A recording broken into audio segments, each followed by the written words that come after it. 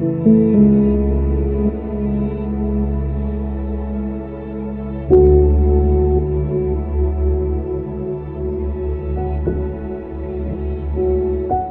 paz do Senhor, boa noite, meu irmão e minha irmã.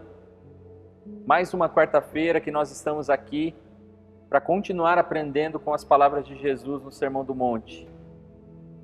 Que eu e você possamos nos assentar agora, pegar a nossa Bíblia, o nosso caderno e aprender mais um pouco com as belas palavras de Jesus. A verdade é que semana após semana, versículo após versículo, parte após parte desse sermão maravilhoso, nós temos aprendido muito. E nessa noite com certeza não será diferente. Por isso que você tem uma boa aula e nós retornamos no final. Graça e paz, amados. Nós estamos vendo nas noites de quarta-feira o Sermão do Monte, pregado pelo Senhor e Salvador Jesus Cristo há mais de 2000 anos atrás. Hoje nós iremos ver a última das bem-aventuranças, que faz parte da primeira parte do Sermão do Monte, que trata justamente do caráter do cristão. Então hoje, repetindo, nós iremos ver a última das bem-aventuranças. São 8.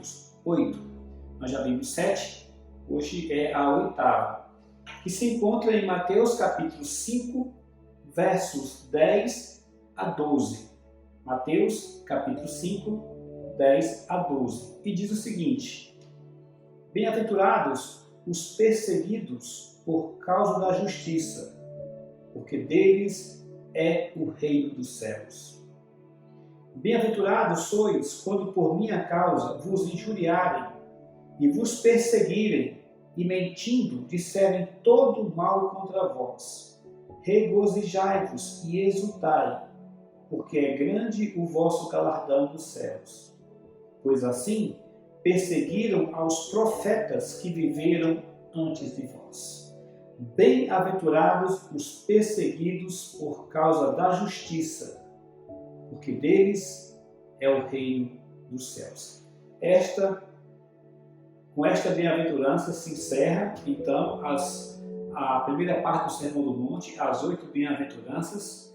Lembrando que bem-aventurado significa feliz, tanto é que algumas traduções já traduzem assim: felizes os perseguidos por causa da justiça, porque deles é o reino dos céus.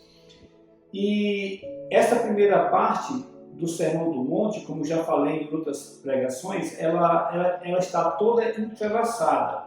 Na última pregação, eu até mostrei para vocês que há, para alguns teólogos, um casamento de pares, certo?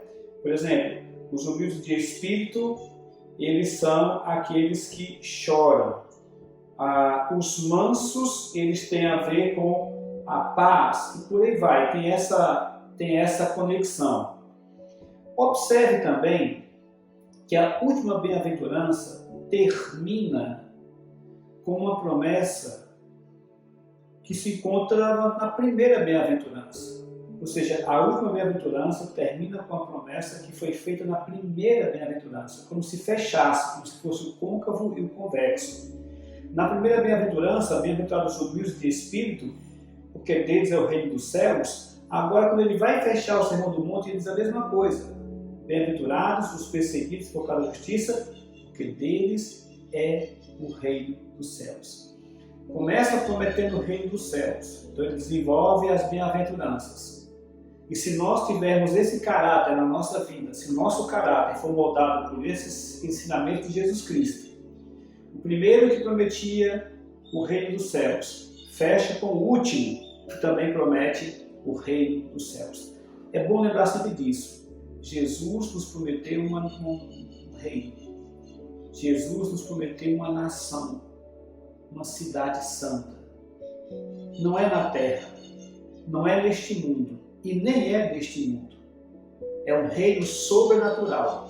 É uma nação sobrenatural, criada por Deus, feita para os filhos de Deus, habitada pelos herdeiros de Cristo e co-herdeiros de Deus. Essa nação, este reino que não passará, esta terra, esta cidade santa, ela vem do céu, não é constituída pelas mãos humanas. não vai ser construído pela mente humana, pelos ideais humanos, pelo desejo humano, pela filosofia humana, pelo esforço humano, não. É um reino dos céus.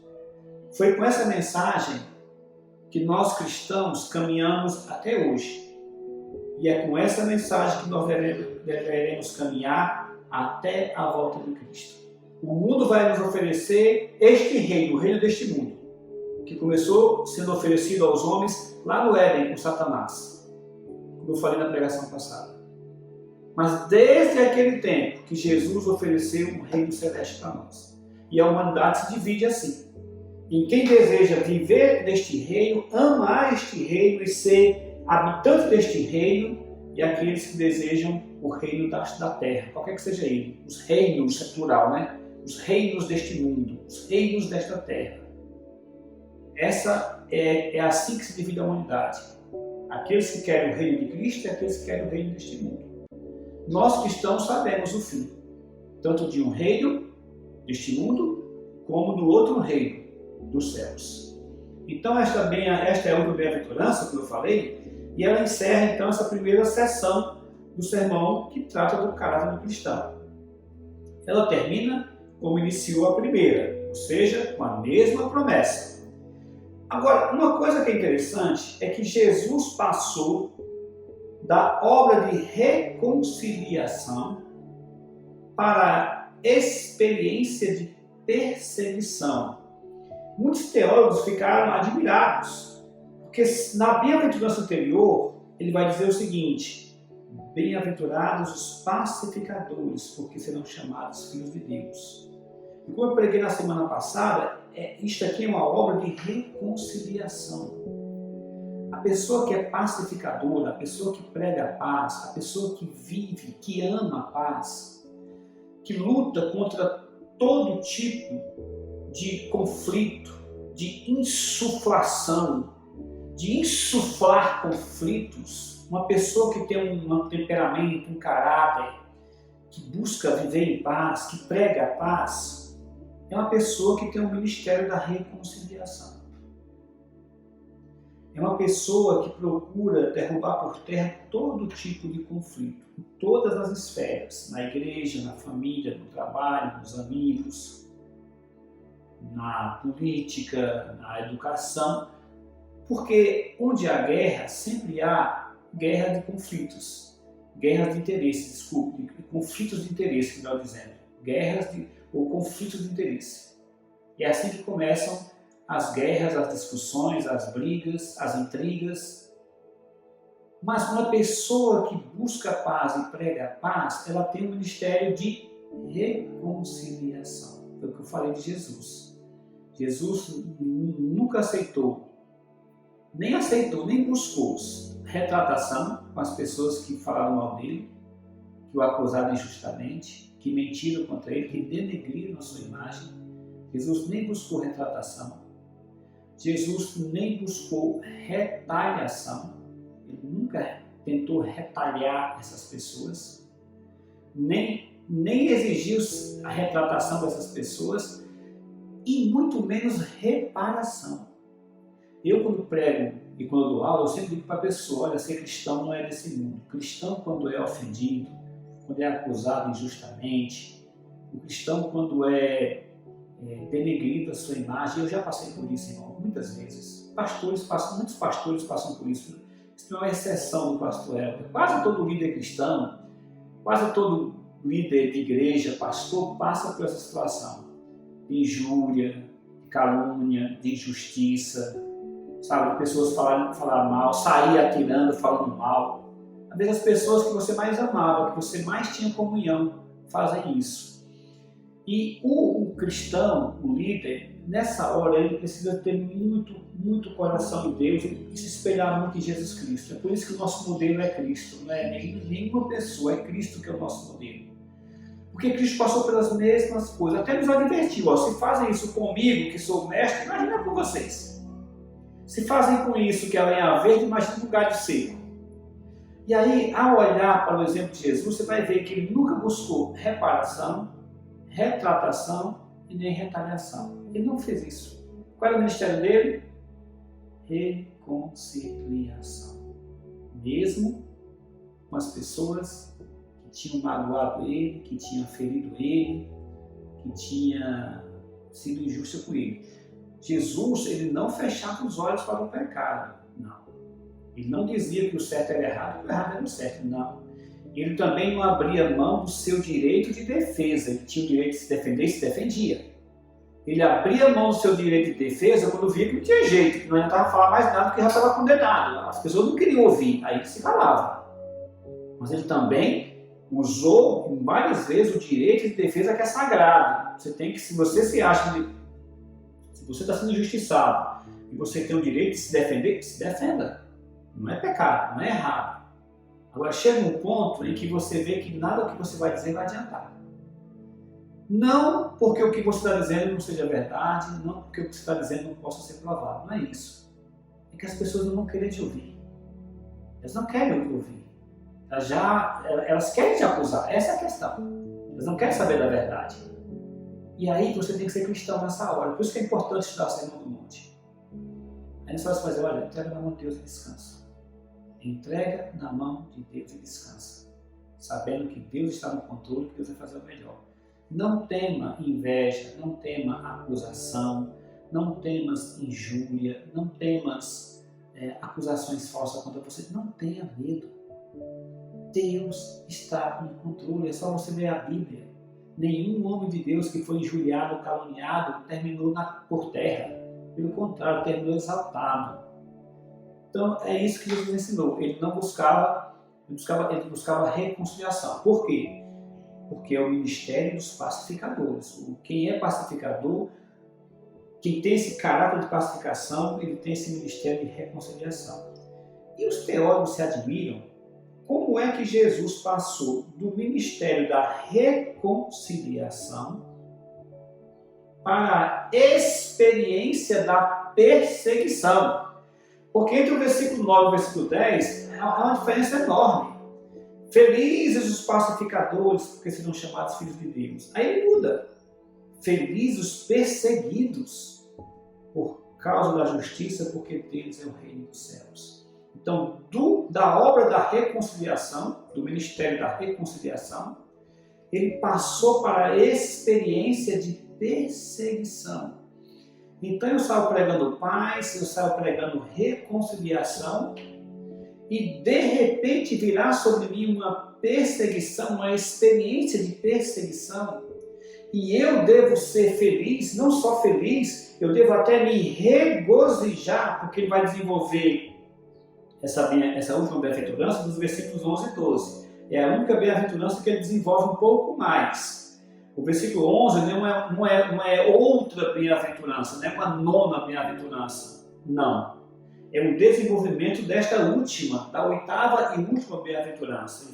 Ele vai detalhar um pouco mais. Ele vai dizer: feliz é você, quando por minha causa for injuriado, perseguido e mentindo disserem todo mal contra você.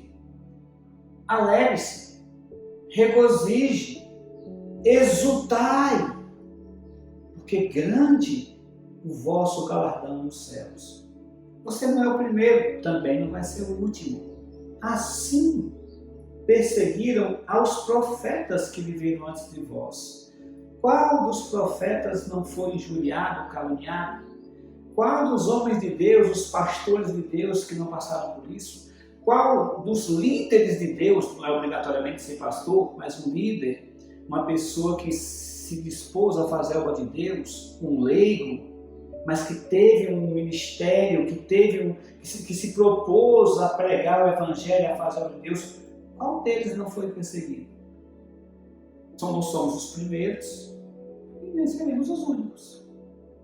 Isso em qualquer esfera, na igreja, no trabalho. Quantos crentes não são humilhados no seu trabalho? Quantos crentes não são injustiçados no seu trabalho? Quantos crentes não são perseguidos? Eu conheço uma irmã que recentemente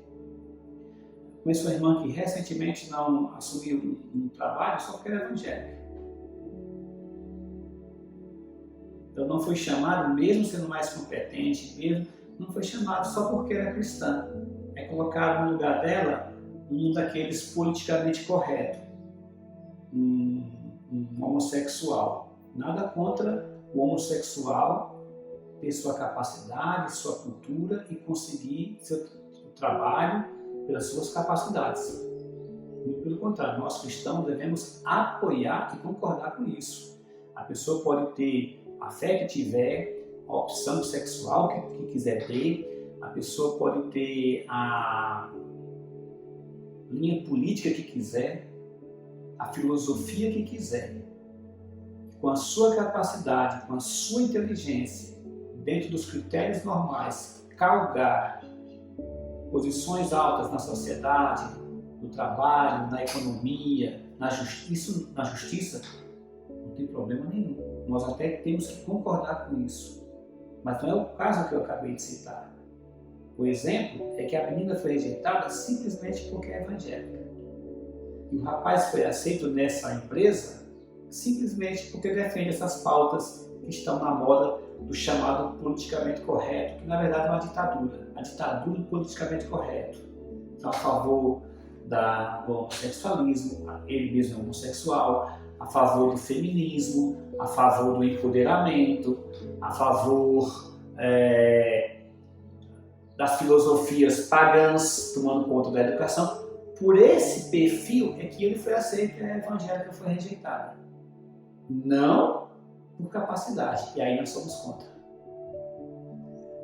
Então, Jesus passou da obra da reconciliação para a experiência da perseguição.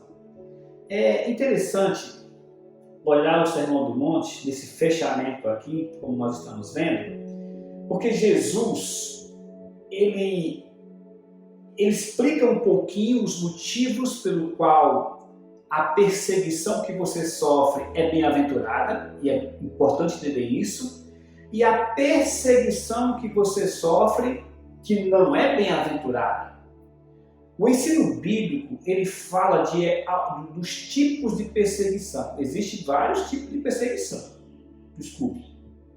A perseguição que é bem-aventurada, a perseguição que o cristão sofre, que faz dele uma pessoa feliz, não só feliz, mas herdeira do reino dos céus, é a bem-aventurança do perseguido por causa da justiça. Aí no versículo 11 ele desenvolve: por causa da justiça e por minha causa, pela causa de Jesus. Ou seja, de todas as bem-aventuranças, essa aqui é a mais mal compreendida. Se o Sermão do Monte como um todo é mal compreendido, e como eu já falei várias vezes, e é o menos vivido, das bem-aventuranças, essa última é a mais mal compreendida. Não é uma perseguição simplesmente por um conflito qualquer. Perseguição, se for definir perseguição, é simplesmente um conflito entre dois sistemas de valores irreconciliáveis. Não necessariamente a violência. A violência já é a ponta da perseguição, é o último estágio da perseguição. Mas a perseguição, ela começa simplesmente com um conflito entre dois sistemas de valores irreconciliáveis. E no Brasil, que é um país que nunca soube o que é democracia plena, nunca, e nem vai saber pelo que eu estou vendo, nunca conseguimos viver uma mentalidade de democracia como os americanos têm. Tinham até mais no passado, mas ainda têm. Nós achamos que perseguição, muitas pessoas acham que é apenas um conflito físico. Não é. Como eu falei em outra pregação, se você pensar diferente de alguém na política, na filosofia, na religião, na educação, neste país que nós vivemos, você já vai ter problema. Você já vai ter... Por quê? Porque as pessoas não conseguem conviver com pessoas que pensam o contrário. No Brasil não consegue. Você quer arranjar inimigo, basta apenas você pensar diferente. Você já arranja inimigo em qualquer esfera.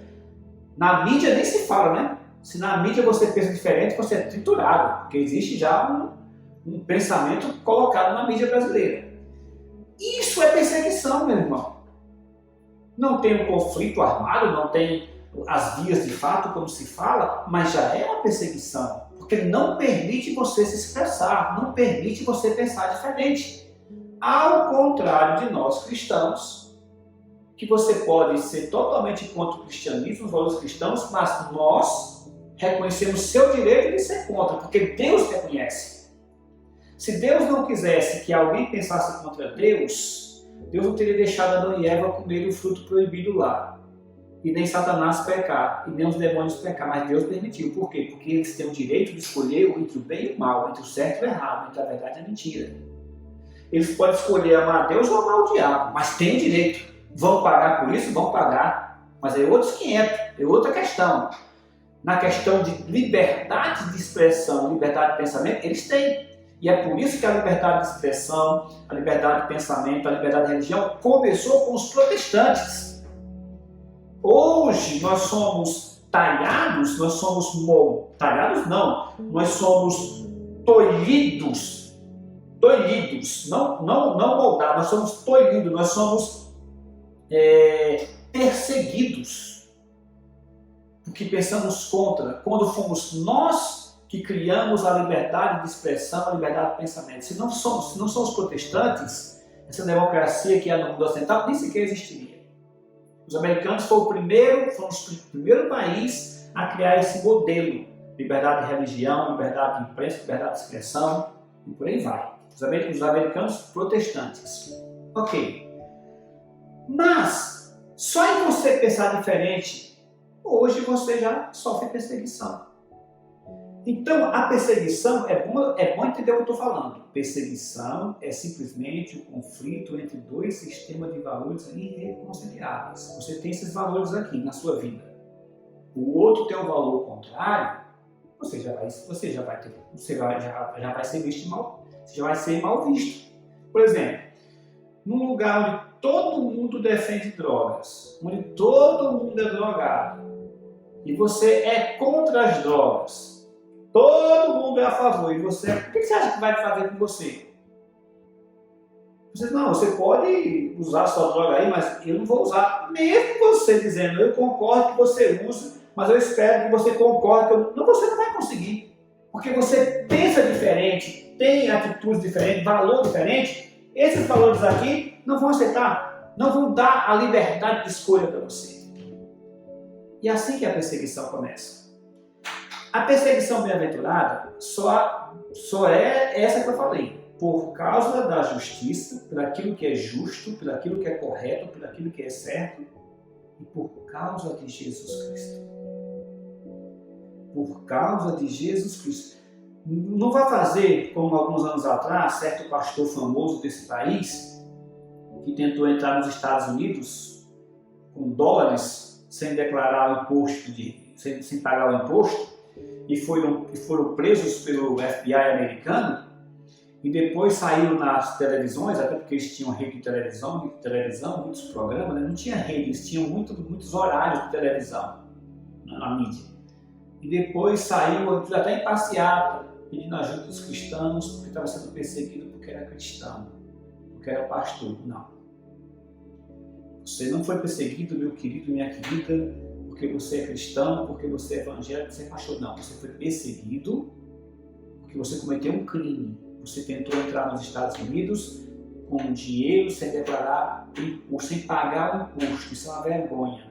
Isso é uma vergonha para um pastor e para um cristão. Não é essa perseguição que é bem-aventurada.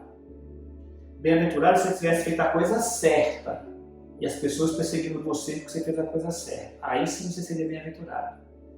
Se você tivesse sido perseguido por pregar o Evangelho de Jesus Cristo e a pessoa não aceitar, ou a pessoa ser tão contra o Evangelho que perseguir você, por você testemunhar de Jesus Cristo. Aí você, por exemplo, vá numa faculdade de psicologia e confronte Freud, mostrando que está errado à luz da Bíblia, confronte Skinner, Roger, Jung, ou Jung, como alguns falam, e mostre que eles estão errados na faculdade de psicologia à luz da Bíblia, não todas as coisas, mas boa parte, 90% da sua psicologia, para tu ver o que vai acontecer com um aluno que fizer isso.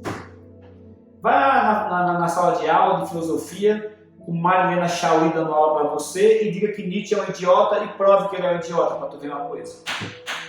Na USP aqui em São Paulo, na Unicamp. Vá numa faculdade de pedagogia e diga que a pedagogia de Roberto do Paulo Freire é uma imbecilidade comunista que destrói a dignidade, a liberdade de expressão e de pensamento, para tu ver o que acontece contigo. Você vai ser perseguido, meu filho.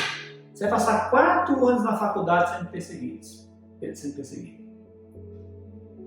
É esta perseguição que é bem-aventurada. Se você for ser perseguido pela verdade, pela justiça que ele falou aqui, que é tudo que é verdadeiro, tudo que é justo, pelo nome de Jesus Cristo. Muitos cristãos são perseguidos por causa da sua insensatez ou ignorância. Por exemplo, uma pessoa que quebra a lei de Deus o tempo todo e a lei dos homens. Existe lei dos homens que nós temos que atender, nós temos que cumprir. Vamos dar um exemplo aqui. O uso de máscara. O uso de máscara é obrigatório por causa dessa pandemia, essa coisa toda. Se resolve, se não resolve, não vem o caso. Se evita contágio, se não evita contágio, não é o que estamos discutindo. Nós estamos discutindo existe uma lei boa para o uso de máscara. O pastor que não usa, pelo menos no estado de São Paulo tem essa lei, né? Aqui em Cruzeiro tem multa inclusive de R$500 na prefeitura. Se você andar na rua sem máscara aqui em Cruzeiro, é R$500 a multa que a prefeitura aplica. O prefeito está sendo inclusive esculachado por causa dessa lei, coitado. Mas é uma lei boa, ele deu os motivos da lei, olha, sabe por causa disso, por causa disso, por causa daquilo.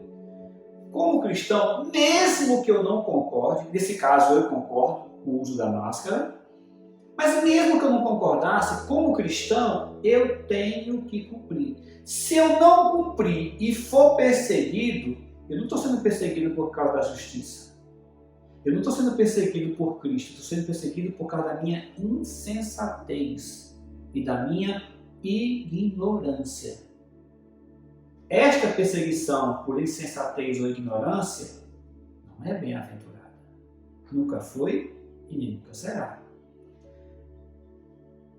A perseguição por princípio que nós sofremos, essa bem-aventurança, um desses princípios são os princípios cristãos, essa bem-aventurança, aí sim, o cristão, essa bem-aventurança é que é boa. Existe uma diferença, meu irmão, entre princípio e preconceito. Preste atenção que isso aqui é importantíssimo. Vou falar bem devagarzinho para você entender. Eu acabei de falar de uma pessoa que é homossexual que ganhou um emprego de uma evangélica só porque a que chegou na final era evangélica, não por competência. Eu dei um exemplo agora. Então vamos lá. Eu, como cristão, eu prego que homossexualismo é pecado. Em muitos países eu posso dizer isso abertamente. Eu posso falar isso abertamente, eu posso me expressar abertamente, que não tem problema nenhum. No nosso país, daqui a pouco, não vou poder fazer isso, a não ser que pague um preço, a não ser que aceite ser perseguido. Por quê? Porque no Brasil, eles confundem princípio com preconceito. Preconceito na nossa cultura virou uma palavra terrível. Todo mundo tem medo da palavra preconceito. Eu sou preconceituoso. Eu, pastor Helder, sou preconceituoso. Sabe por que eu sou preconceituoso? Porque todo mundo é preconceituoso.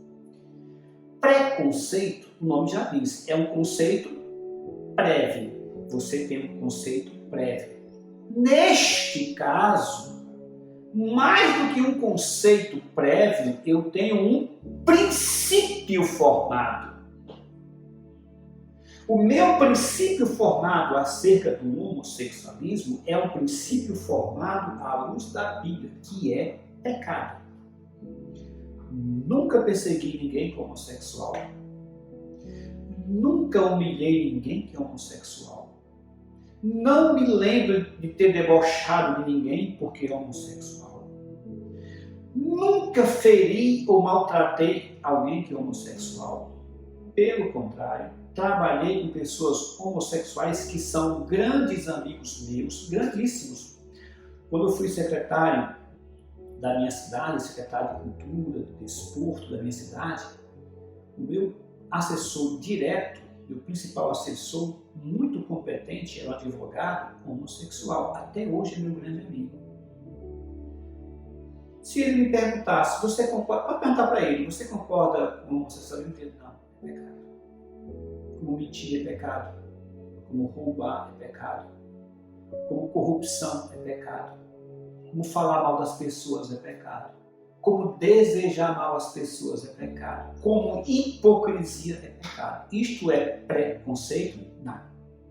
Isto são princípios. Princípios formados. Preconceito, se eu tiver, por exemplo, o presidente da República acabou de nomear um ministro aí para o Supremo Tribunal Federal que está um bafafá nas redes. Eu tenho um preconceito com aquele homem. Pelo que eu vi do histórico dele, eu já tenho preconceito. Todo mundo tem preconceito em relação a ele. Esse meu preconceito pode se tornar num conceito formado ou num princípio formado quando eu for analisar direitinho a pessoa, o caráter e as atitudes. Então nós temos que entender a diferença entre princípio e preconceito. Até porque preconceito no Brasil, eu repito, é muito mal interpretado, como se fosse uma coisa ruim, e não é. Preconceitos são conceitos prévios. Eu tenho esse conceito prévio acerca de fulano de tal. Eu vou ver com calma como cristão, eu vou analisar, vou ver as atitudes, vou ver o que está dizendo, para formar um conceito final. Pode ser que ao analisar as coisas, o que ele é, o que ele diz, o seu pensamento, pode ser que eu mude o meu conceito. E o meu conceito final vai ser favorável a essa pessoa. Mas pode ser que ao analisar tudo isso, aquele preconceito que eu tinha se transformou num conceito formal. Não concordo, não gosto, não quero, não apoio. Então, há uma diferença de princípio e preconceito. Nessa bem-aventurança aqui, nós temos que entender o que Jesus quis dizer com exultai, regozijai e exultai. Veja bem, felizes os perseguidos. Ninguém fala isso no mundo. Como é que a pessoa vai ser feliz sendo perseguida? Como é que uma pessoa que está sendo perseguida pode se regozijar e exultar? No cristianismo, por não ser uma religião humana, por não ser uma religião deste mundo, Jesus diz, olha, se alegre, regozije. Se você estiver sendo perseguido por causa da justiça, daquilo que é justo, daquilo que é certo, e se você estiver sendo perseguido por minha causa, por defender o Evangelho, a pessoa e obra de Cristo, fique alegre, regozije, ele repete, né? Regozijai-vos e exultai, versículo 12, porque é grande o vosso galardão nos céus, o presente para vocês, a recompensa para vocês nos céus é grande. E não se admire, porque assim fizeram com todos os profetas que você admira, que vieram antes de vocês. Ele falou isso para os seus discípulos há 2000 anos atrás. Todos os 11 discípulos foram perseguidos. Todos os 11 regozijaram e exultaram. Agora, de novo, como eu falei, essa bem-aventurança é muito mal compreendida. Quando ele fala da atitude que o cristão deve ter na perseguição, que deve ser uma atitude de alegria, de regozijo, preste atenção. Ao contrário do mundo, da filosofia, das religiões do mundo, o cristão, quando ele for perseguido, ele não deve ter o desejo de vingança, como os incrédulos têm. Uma pessoa que não tem o Espírito Santo, que não é cristã, na hora que ela sofre uma injustiça, uma perseguição, a primeira coisa que vem nela é o desejo de vingança. Romanos capítulo 12 diz, abandona a ira, deixa o furor. Não é isso? pois a vingança pertence ao Senhor. Ou seja, nós não podemos reagir às injustiças, às perseguições com o desejo de vingança, com o mesmo desejo dos incrédulos. Não. Também nós não devemos reagir às injustiças, devemos reagir às perseguições com mau humor, como uma criancinha birrenta, que fica lá. Porque aconteceu alguma coisa que ela acha que é injusta, que ela acha que é uma injustiça com ela, e fica lá, birrenta. O cristão não pode reagir assim. Exultai, regozijai e exultai. Não como criança. Então veja bem, não é com desejo de vingança, como os incrédulos, não é de mau humor, como criança, também não é com aquela autopiedade, que nem animalzinho, que nem um cachorrinho ferido fica lambendo suas feridas. Ai, eu estou sendo perseguido. Ai, meu Deus, como eu sou sofredor, que nem aquela hiena sofredora. Ai, como é difícil. Não, não é com autopiedade, como um animalzinho ferido. Também não é sem sorrir, que nem um estoico. Os estoicos, eles diziam que para você ser feliz, você não pode sucumbir a nenhuma emoção, a nenhum desejo. Você tem que estar acima disso. Então, você está sendo injusto, você está sendo injustiçado, mas você nem chora nem sorri. Você é impassível. Dê o que der, você simplesmente, não porque você confia em Jesus, porque você tem a promessa de Jesus, do galardão no reino dos céus, não. Porque você é impassível a qualquer situação, boa ou ruim. O estoicismo ensina essa loucura.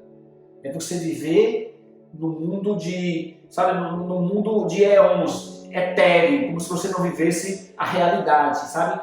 Um mundo de devaneios, vamos tentar simplificar assim. Mas também não pode sofrer a perseguição ou a dificuldade gostando, como masoquista, que adora sofrer. Não. Veja bem, o mundo ensina que diante da perseguição, desejo de vingança, os incrédulos, mau humor, criancice, autopiedade, animalzinho, ferido, sem sorrir, estoico, sem gostar, ou gostando, masoquista. Não é nenhuma dessas coisas. O cristão, quando sofrer perseguição, ele pode se regozijar no seu íntimo, ele pode exultar, porque ele sabe que seu Senhor está vendo, que ele fez a sua parte, ele até explicou, ele até mostrou, não adiantou absolutamente nada. Mas ele pode ficar em paz, porque está sendo perseguido pela justiça e pelo nome de Cristo. Destas pessoas é o reino dos céus. Ok. Jesus nos promete então esse grande galardão no reino dos céus. Os herdeiros do reino são aqueles que têm esse caráter que o Sermão do Monte está mostrando. É um sinal de genuinidade. Você quer saber se você é um cristão genuíno? É quando você é injustiçado, quando você é perseguido e você se defende com amor, com calma, com paciência. E você, mesmo não tendo nenhuma condição de convencer as pessoas, e você continua sendo perseguido, você descansa, entrega na mão de Deus e confia em Deus, e aconteça o que acontecer, você passa por aquela situação com paz, até com exultação e até com alegria, sabendo que glorificou o nome do Senhor Jesus. É o sinal de genuinidade dos cristãos. É uma nobre atitude de submissão, não à situação nem aos homens, mas a confiança em Deus. Senhor, eu confio em Ti. Eu vou entregar nas Tuas mãos e vou descansar. É fazer isso para a glória de Deus, por meio do Senhor e Salvador Jesus Cristo. O motivo da perseguição que Jesus está falando no Sermão do Monte é bem simples de entender. O motivo é, se você é um cristão que procura viver o Evangelho, e principalmente esse ensinamento do Sermão do Monte, o mundo naturalmente vai te odiar. O mundo jamais aceita uma pessoa que é humilde.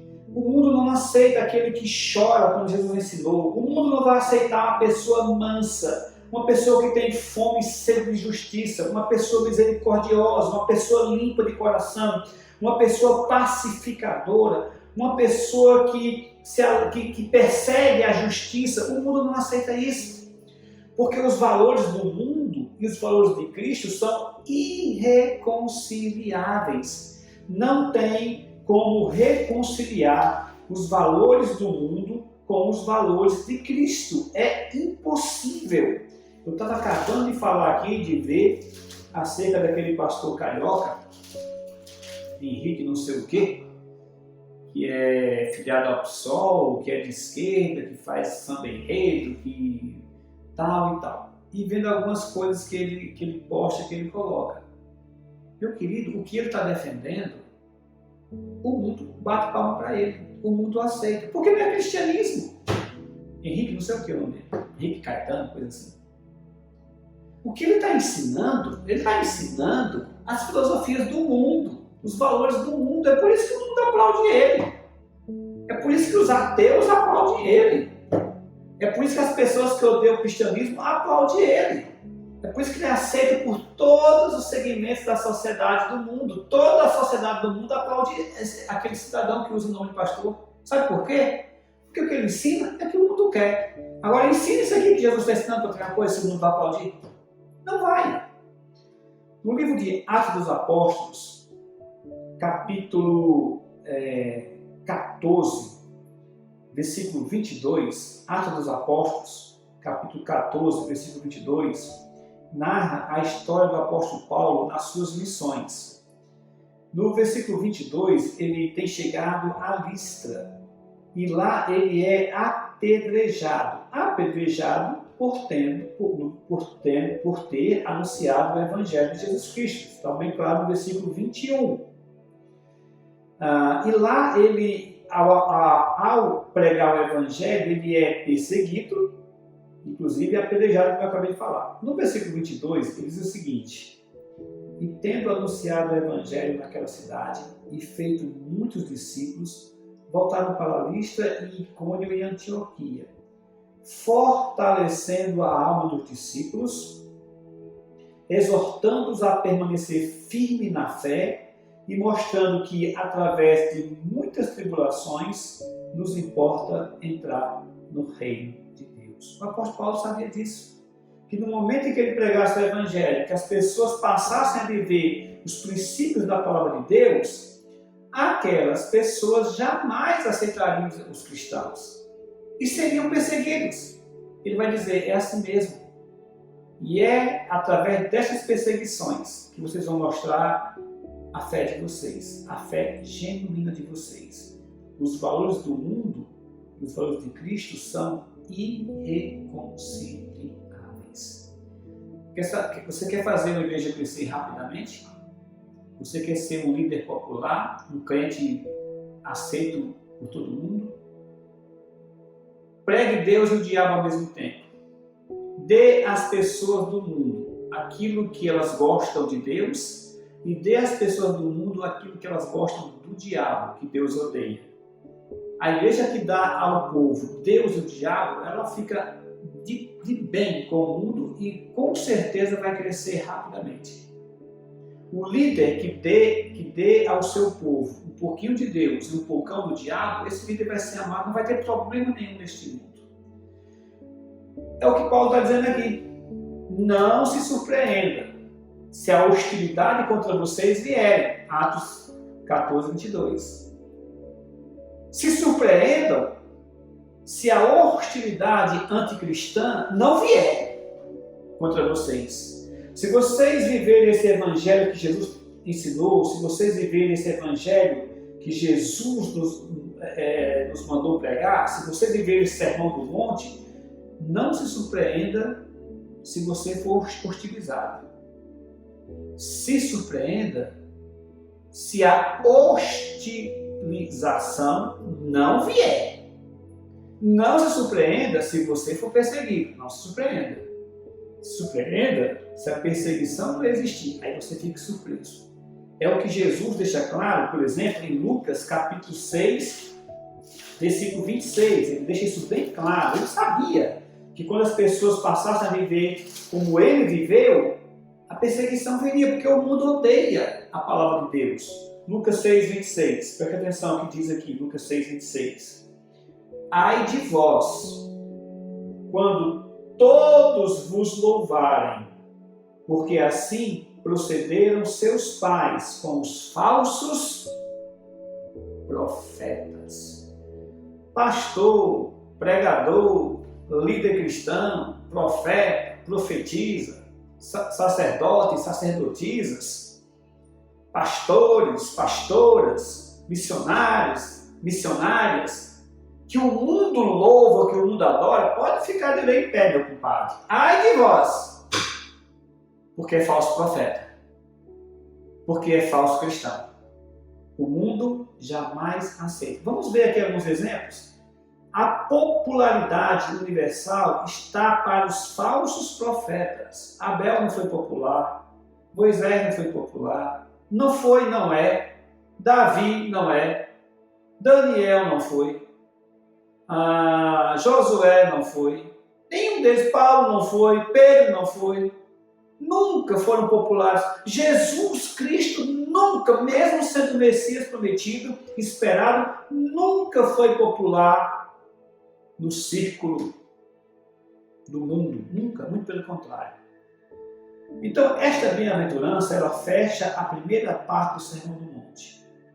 É de notar que realmente este ensino é sobrenatural e impossível de viver por meios naturais. Ninguém naturalmente ama ser perseguido. É uma coisa que está fora dos padrões racionais naturais. Este ensino é do céu. O Sermão do Monte é tudo o que o mundo odeia, rejeita e não tem como entender. Nenhuma pessoa do mundo que lê isso aqui, sem o Espírito Santo, vai entender. Como que alguém é bem-aventurado, como é que alguém é feliz vivendo assim? Porque estes são os códigos do reino de Deus, é a nova lei do reino de Cristo, não deste mundo. O mundo odeia e rejeita isso aqui. No entanto, Jesus diz que são esses tipos de pessoas que irão herdar o reino de Jesus Cristo. Eu quero concluir este estudo contando para você um exemplo real, uma história real de uma pessoa que eu tenho uma grande admiração. Duas pessoas que eu tenho uma grande admiração. Eu posso até colocar três, para ser sincero. Vamos colocar duas. Um é um teólogo alemão chamado Dietrich Bonhoeffer. Teólogo alemão, um dos principais teólogos alemães do século XX, um grande homem, muito culto, muito capacitado, que escreveu vários livros. Existem vários livros dele em português, vários livros dele em português. E Bonhoeffer, ele viveu na época do nazismo, do nascimento até o apogeu do nazismo. E logo no início das ideias do nazismo, ele foi contra, embora seja alemão de origem. Ele é genuinamente alemão. Ele foi contra o nazismo. E à medida que o tempo foi passando, que ele foi pregando contra, ele chegou até a fundar um movimento de resistência, que eu não sei o nome em alemão, um nome muito complicado. Eu sei, mas não sei soletrar o nome. Contra o nazismo. E por isso, por ter criado esse núcleo contra o nazismo, ele e outros pastores, o nazismo viu ele como inimigo em potencial. E assim que Hitler subiu ao poder, ele foi preso e entregue às mãos do general da Gestapo, chama, meu Deus, o nome da polícia nazista, fugiu o nome agora, fugiu o nome, da polícia nazista, do líder lá do Hitler, chamado Himmler, Heinrich Himmler, que era o chefe geral vamos chamar polícia nazista. Eu esqueci o nome. Muito bem. E Bonhoeffer, ele foi preso e levado para um campo de concentração. Não somente ele, seu irmão também foi, acho que é Karl o nome dele, Karl. E seus dois cunhados, porque eram de famílias protestantes, família luterana, e foram presos nos campos de concentrações. Bonhoeffer passou todo o tempo do nazismo sendo transferido de um campo de concentração para outro, porque ele foi preso político. De um campo para outro, de um campo para outro. Ele teve todas as condições de sair da Alemanha. Os americanos ofereceram para ele asilo político, até o direito de se tornar cidadão americano, porque ele tinha estudado nos Estados Unidos, tinha dado aula nas faculdades americanas. Aliás, ele saiu dos Estados Unidos, voltou para a Alemanha porque quis, com o nazismo pegando fogo e o nazismo ascendendo, ele veio porque quis. Todo mundo pediu para ele não ir, não vá, o pastor não pode ficar nesse momento longe das suas ovelhas. Ele voltou para a Alemanha, sabendo de todo o risco, foi preso e, como eu falei, ficou de campo de concentração para campo de concentração. Ele foi morto 3 semanas antes da libertação da queda do nazismo. Hitler se matou e 3 semanas antes do nazismo ser derrotado, 3 semanas, irmãos, o Himmler pessoalmente ordenou a morte dele. Ele foi uma força porque na época do nazismo, por exemplo, a Igreja Católica praticamente em peso apoiou o nazismo. A Igreja Católica hoje se esconde, dizendo que é mentira, mas a verdade é que a Igreja Católica, como instituição, apoiou o nazismo. Tanto é que Pio XII até hoje é chamado de Pio XI até hoje é chamado de Papa de Hitler. O Papa de Hitler. Por quê? Porque se calou diante dessa atrocidade do nazismo. Então a Igreja Católica, em peso.